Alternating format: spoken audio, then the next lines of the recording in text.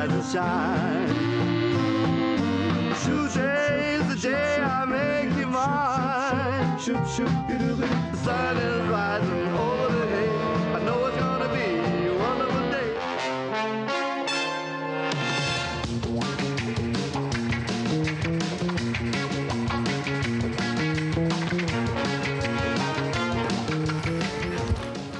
Bonsoir Nicolas. Bonsoir Xavier. Des stars, des paillettes sur le tapis rouge durant cette quinzaine et une palme d'or finalement décernée au film coréen Parasite. Une palme d'or qui a fait l'unanimité auprès du jury. Le film est réalisé par Bong Joon-ho. Il avait déjà reçu d'excellents retours de la part de la critique après sa projection. Parasite, c'est l'histoire d'une famille de chômeurs dont la vie change le jour où leur fils devient professeur d'anglais.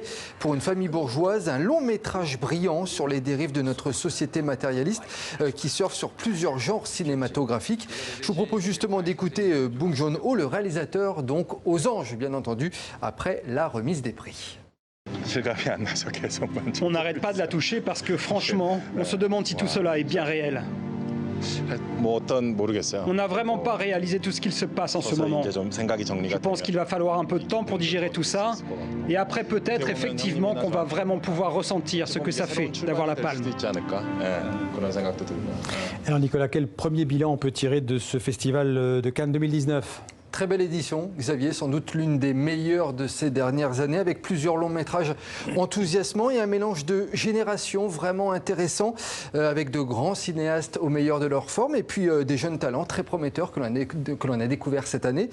Finalement, à l'image du festival, du palmarès, à l'image du palmarès, c'était une édition très éclectique, mais de grande qualité. Et un palmarès justement où les cinéastes francophones sont finalement très bien représentés. Plusieurs récompenses effectivement durant cette quinzaine. On peut par exemple citer les réalisateurs belges Luc et Jean-Pierre Dardenne qui ont reçu le prix de la mise en scène pour leur film Le jeune Ahmed qui suit le parcours d'un adolescent radicalisé. Les frères Dardenne et le Festival de Cannes, c'est une histoire d'amour, eux qui ont déjà reçu 2 palmes d'or. Côté français, belle surprise pour le réalisateur Ladjelli, prix du jury pour son film Les Misérables, film tourné dans la cité des Bosquets à Montfermeil près de Paris. Le réalisateur français le présente comme un cri d'alarme à l'intention d'Emmanuel Macron pour dénoncer les violences policières. D'ailleurs, c'est un film qui a reçu le prix de la citoyenneté lors de ce festival, un prix dont TV5 Monde était partenaire. Et puis un film québécois, coup de cœur du jury de la sélection Un certain regard. Le premier long métrage de Monia Choukri, la femme de mon frère a effectivement tapé dans l'œil du jury, effectivement, film qui sortira au mois de juin au cinéma. Monia Choukri, c'est un nom à retenir, en tout cas, c'est l'une des révélations de ce festival.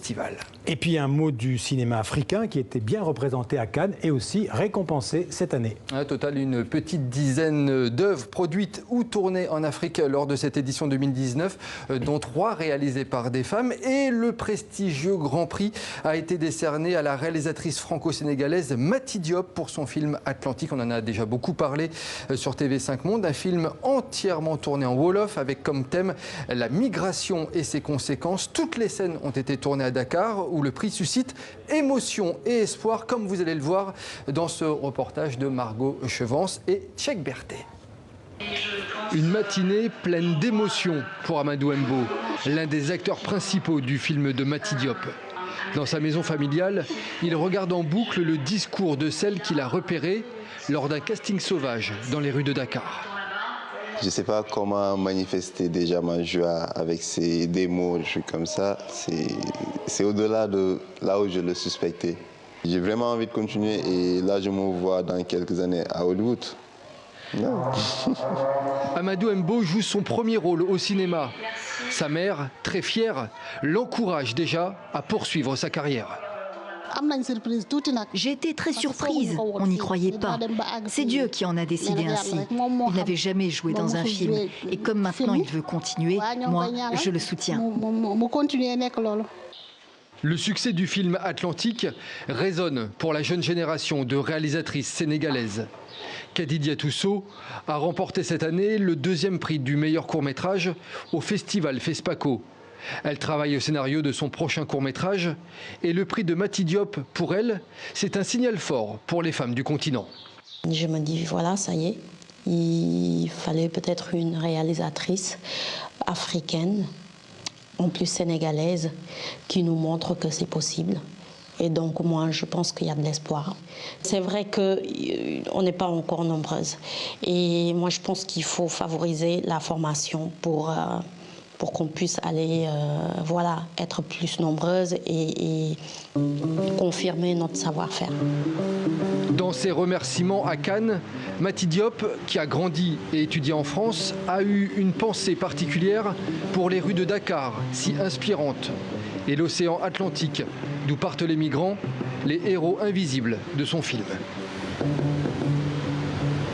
Oui, Mati Diop qu'on retrouvera dans un instant avec Patrick Simonin. Nicolas, une image encore que vous avez retenue de ce festival 2019 ? Bon, c'est l'image de cette édition 2019, en effet, Alain Delon, qui reçoit la palme d'honneur pour l'ensemble de sa carrière. Lui qui n'a jamais été récompensé sur la croisette. Alain Delon, très ému, écoutez.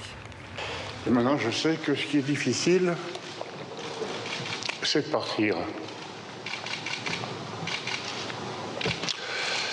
Parce que je vais partir.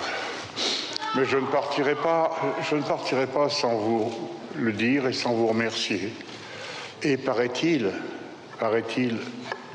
je suis une star. Mais si je suis une star, et c'est pour ça que je veux vous remercier, c'est au public que je dois et à personne d'autre.